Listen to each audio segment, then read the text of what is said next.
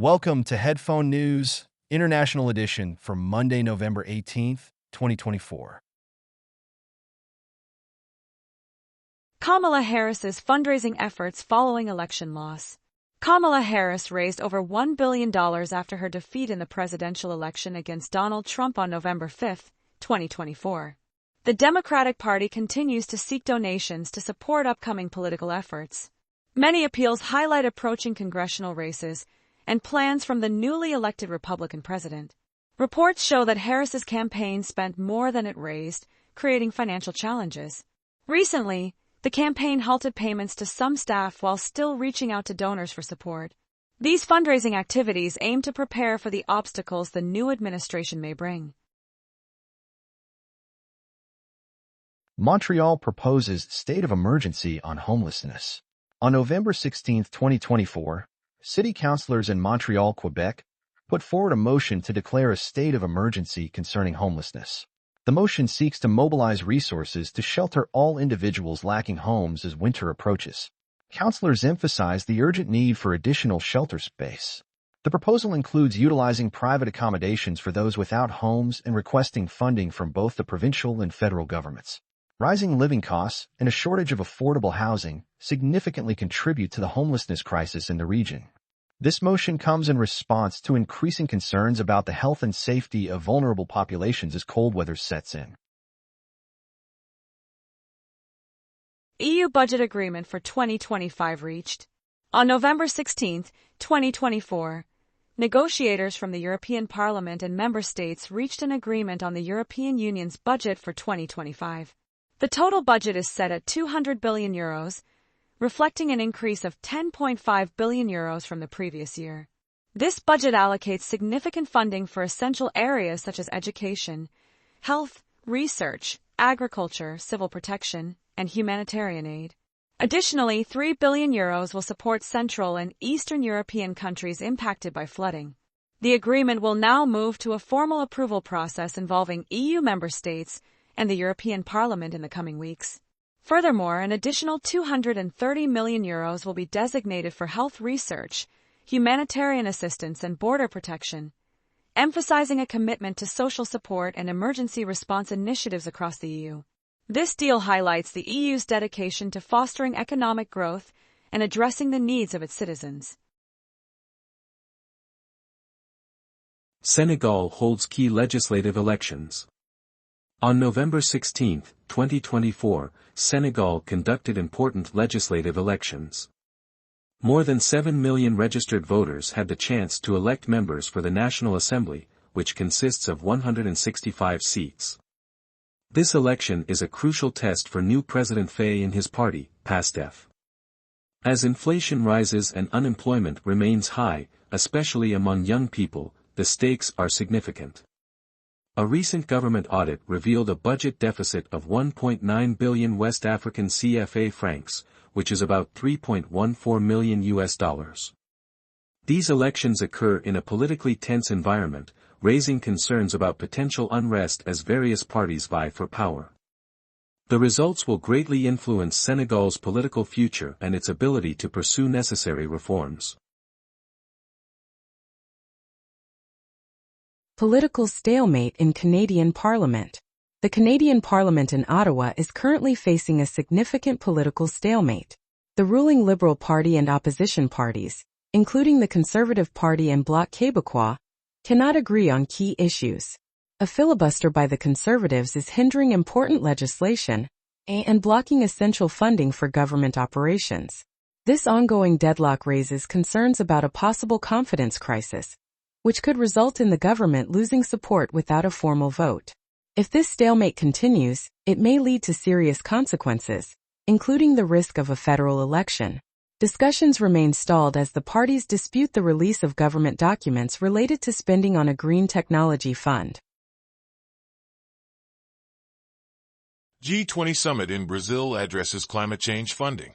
The G20 Summit in Rio de Janeiro, Brazil, will focus on climate finance to address global warming.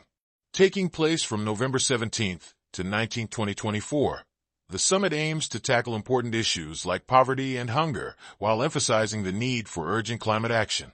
At the same time, The United Nations Conference of the Parties 29, or COP29, in Baku, Azerbaijan, is struggling with key challenges related to financial commitments for climate initiatives. The G20 nations together account for 85% of the world economy and more than three-quarters of greenhouse gas emissions. Leaders are discussing a target of at least $1 trillion, equivalent to about $1.34 trillion, to assist developing nations in combating climate change. Recent political shifts in the United States, including the expected return of President-elect Trump and the possible withdrawal from the Paris Agreement, add complexity to the negotiations. The outcome of this summit is crucial for guiding future efforts in tackling climate change. Australia and U.S. leaders discuss positive relations. On November 17, 2024, Prime Minister Anthony Albanese of Australia shared a positive update on the relationship with U.S. President-elect Donald Trump. This came after a phone call that followed Trump's election victory. Albanese highlighted the trade surplus held by the United States with Australia and underscored the importance of fair trade between the two countries. Their discussion also included security ties, particularly the AUKUS agreement, which plans for Australia to buy nuclear submarines from the United States and to work with the United Kingdom on new submarine designs. Foreign Minister Penny Wong expressed confidence in the alliance with the United States, Australia's largest security partner. Call, lasting 10 minutes, was characterized as positive and reflects a strong commitment to future diplomatic relations. Habeck proposes spending cap reform in Germany.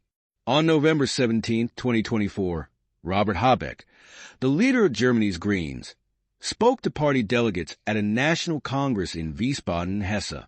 He proposed reforms to Germany's spending limit, known as the debt brake, to address voter concerns and support necessary changes. This speech came after the recent collapse of Chancellor Scholz's government just 10 days earlier. Habeck seeks to connect with voters who are disillusioned with the current political landscape. With impressive backing of 96% from delegates, he aims to secure support in the upcoming federal elections on February 23, 2025. Trudeau commits to North American trade talks. Prime Minister Justin Trudeau of Canada is standing firm on trade negotiations with the United States and Mexico. Ontario's Premier Doug Ford and Alberta's Premier Danielle Smith have called for Canada to drop Mexico from these discussions, raising concerns about labor standards and competition from China. Despite this pressure, Trudeau expresses optimism about trilateral talks aimed at strengthening the North American Free Trade Agreement, commonly known as NAFTA.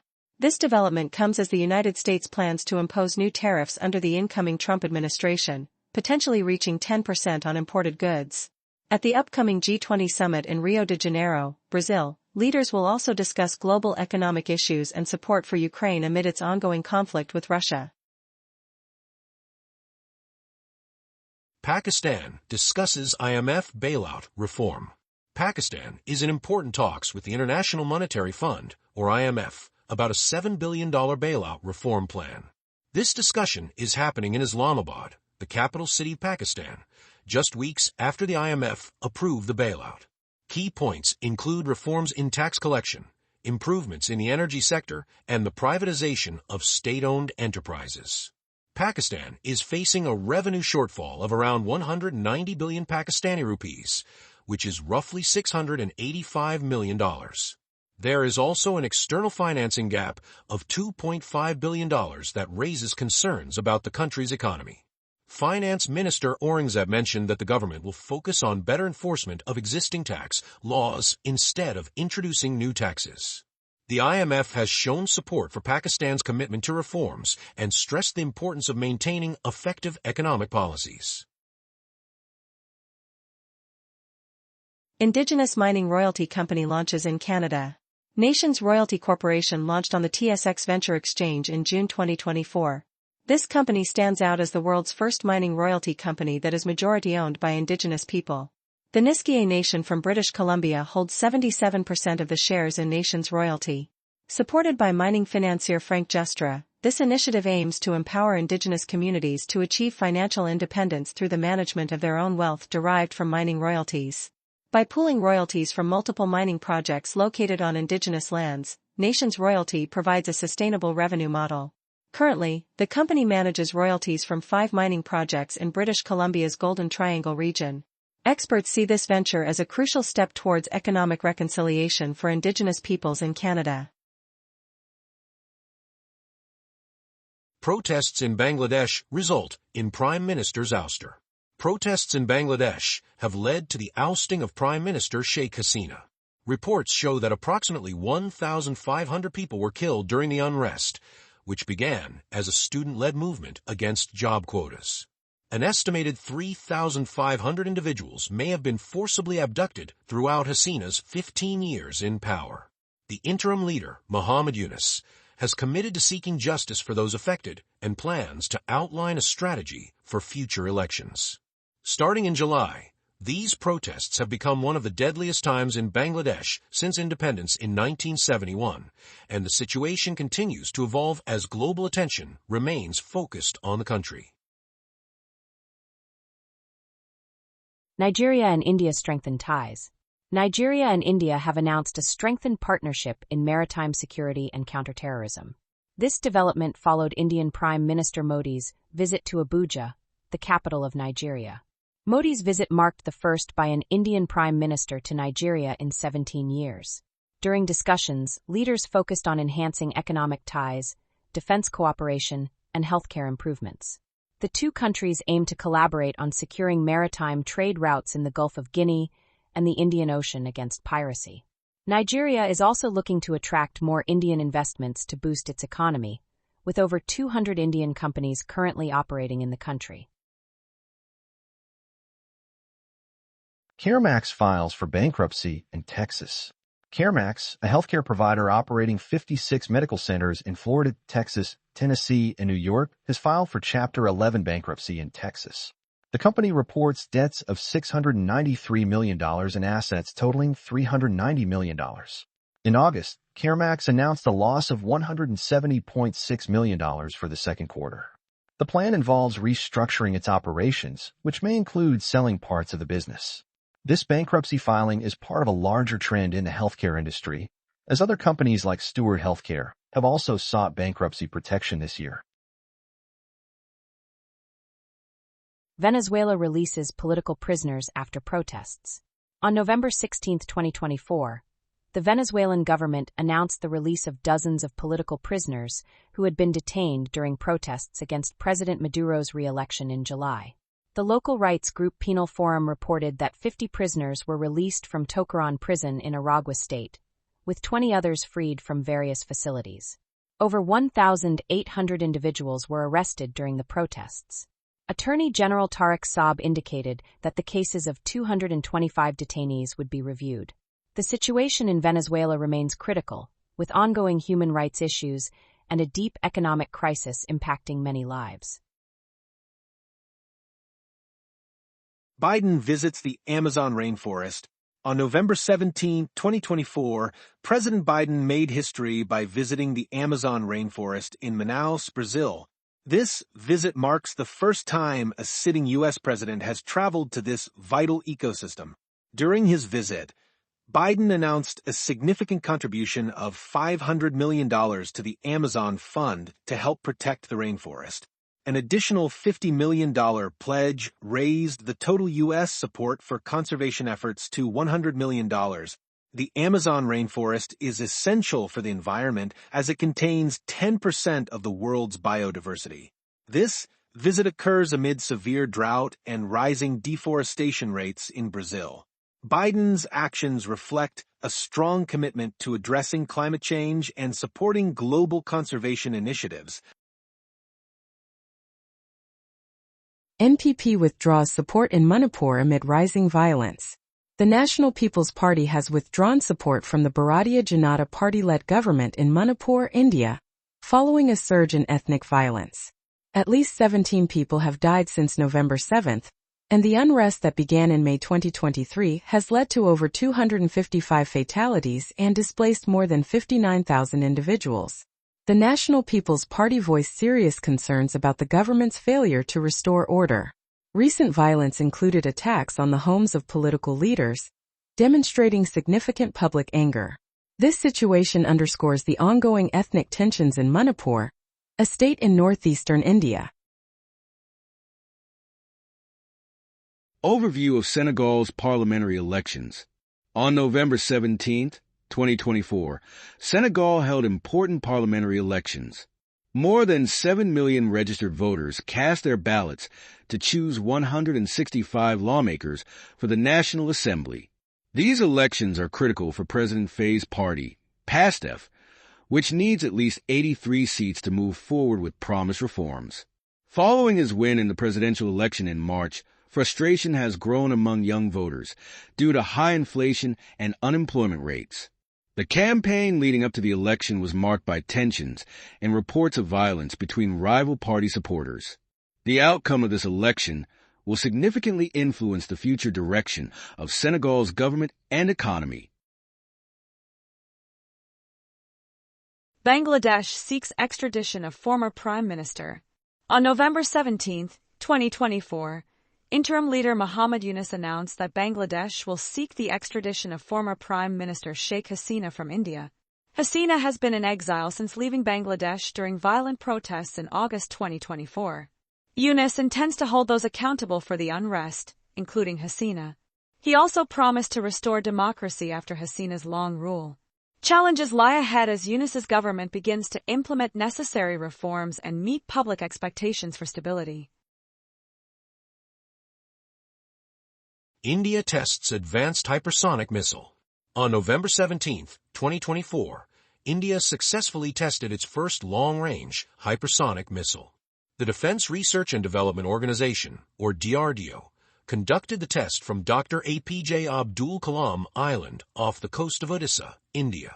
This missile can travel over 1,500 kilometers and achieve speeds exceeding Mach 5. Defense Minister Rajnath Singh described this as a historic achievement for India, marking a key milestone in military technology. This successful test places India among a select group of nations with advanced hypersonic capabilities. The event highlights India's commitment to enhancing defense technology amid rising regional tensions. Nations Royalty Corporation marks a major step in Indigenous economic reconciliation. Nations Royalty Corporation started trading in June 2024 as the first mining royalty company in the world that is majority-owned by Indigenous people. The Nisqually Nation in British Columbia owns 77% of the company. Nations Royalty aims to attract investors by focusing on Indigenous-owned royalties from mining projects located on Indigenous land across Canada.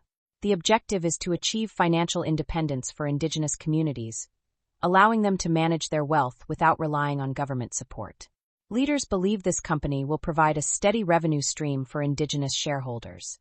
The organization highlights the substantial opportunities from mining agreements established between companies and First Nations, with over 400 of these benefit agreements existing throughout Canada. Nations Royalty plans to consolidate these royalties into a single publicly traded entity, offering diverse investment options. Rob McLeod, the CEO of Nations Royalty, expresses a vision to create a top-tier royalty company and expand beyond the initial 5 mining projects in its portfolio. Ken Coates, director of the Indigenous program at the Macdonald-Laurier Institute, notes that this model of Indigenous collective enterprise marks a significant shift from previous economic practices, where Indigenous communities faced obstacles to ownership and financial autonomy. Nations Royalty Corporation represents a broader movement toward economic reconciliation for Indigenous communities in Canada. This initiative supports the principles outlined in the final report of the Truth and Reconciliation Commission of Canada, published in 2015, which emphasizes the importance of Indigenous groups participating fully in the national economy. Canada's inflation update for October 2024. Canada is anticipating an increase in the inflation rate for October 2024. The Consumer Price Index is expected to rise to 1.9% compared to 1.6% in September. This change follows an increase in oil prices, with crude oil going from $65 per barrel to $75 per barrel. Economists suggest that this rise in inflation should not be viewed as a significant trend reversal. Core inflation, which excludes food and energy prices, is projected to decrease slightly to 2.2%. Recently, the Bank of Canada lowered the key interest rate to 3.75% to address economic challenges. Rental prices have surged, showing an inflation rate of 8.3% in the third quarter. These developments reflect ongoing economic pressures faced by Canadians. India and Nigeria strengthen ties. On November 17, 2024, in Abuja, Nigeria, President Bola Tinubu welcomed Indian Prime Minister Modi. The leaders announced plans to boost cooperation on maritime security and counter-terrorism. This visit marked the first time in 17 years that an Indian Prime Minister came to Nigeria. Both countries seek to support developing nations together. The trade between India and Nigeria was valued at around 14.9 billion Nigerian naira, which is approximately $19.7 million. As a gesture of friendship, President Tinubu presented Prime Minister Modi with the Grand Commander of the Order of the Niger, a prestigious honor. This meeting reflects a strong commitment to enhancing collaboration in defense, trade, and development. Gabon votes to approve new constitution. Gabonese voters have overwhelmingly approved a new constitution, achieving an impressive 91.8% approval in a recent referendum. Approximately 53.5% of eligible voters participated in this important decision. The referendum follows the military coup in August 2023 that led to the ousting of President Ali Bongo. The interim president, General Brice Oligui Nguema, sees this referendum as a vital step toward restoring democracy in Gabon. The new constitution includes significant changes, such as a 2-term limit for the presidency, with each term lasting 7 years. It also removes the position of prime minister and establishes French as the working language. While many citizens support these changes, some observers remain concerned about the intentions of the military leadership. Resolute Mining settles tax dispute with Mali. Resolute Mining, an Australian company, will pay $160 million to the Malian government to resolve a tax dispute. This comes after Chief Executive Officer Terence Holohan and 2 employees were detained in Bamako, the capital of Mali. The company has already made an initial payment of $80 million, with plans for another $80 million in the coming months. Following this news, Resolute's shares dropped by over 14%. The government of Mali is intensifying pressure on foreign mining companies to increase tax revenues. Despite these challenges, operations at the Syama gold mine continue without any interruptions. Sentencing of pro-democracy activists in Hong Kong. A court in Hong Kong is set to sentence 45 pro-democracy activists this week, following a major national security trial that has raised serious concerns about freedoms and human rights. 14 activists were convicted of conspiracy to commit subversion, while 2 were acquitted. 31 others pleaded guilty, seeking lighter sentences. Hong Kong authorities assert that the legal process has been fair, but critics, including the United States government, describe the trial as politically motivated. Sentences may range from several years to life imprisonment. This case underscores the ongoing struggle for democracy in Hong Kong and the concerning trend of silencing dissent in the region. Support for Toronto Santa Claus Parade. The Toronto Santa Claus Parade is getting support from the government after facing a deficit of $250,000 Canadian dollars, which is about $182,000 US dollars. To help cover costs, parade organizers launched a GoFundMe campaign and raised around $72,000 Canadian dollars, or about $54,000 US dollars. Prime Minister Trudeau and Toronto Mayor Chow stressed the importance of this community event. The parade is scheduled for November 24, 2024, and will feature 26 floats and 18 marching bands. For the first time, it will also be live-streamed on YouTube for viewers who cannot attend in person. ASIC takes action against National Australia Bank. On November 17, 2024, the Australian Securities and Investments Commission, or ASIC, launched legal action against the National Australia Bank, commonly referred to as NAB. This action comes after NAB failed to respond to 345 financial hardship applications within the required 21 days. Such delays have adversely affected individuals facing serious challenges, including victims of domestic abuse and those struggling with health issues or unemployment. Following this announcement, NAB's share price fell nearly 2% to $38.98, which is about $24.10. ASIC's chair stated that NAB's actions worsened the already difficult situations for many Australians in financial distress. NAB plans to cooperate fully with ASIC during the proceedings. Peru and Japan strengthen economic ties with new agreements. On November 17, 2024, Peru's President Bailout and Japan's Prime Minister Ishiba signed significant agreements focused on defense and mining cooperation in Lima, Peru. These agreements establish a 10-year roadmap for collaboration between the two countries. As a leading producer of copper, Peru aims to enhance its economic ties with Japan, a major consumer of this metal. Additionally, Peru finalized a defense agreement with South Korea, which includes submarine development by Hyundai Heavy Industries. This cooperation represents a strategic effort to boost trade and strengthen relationships with key global partners.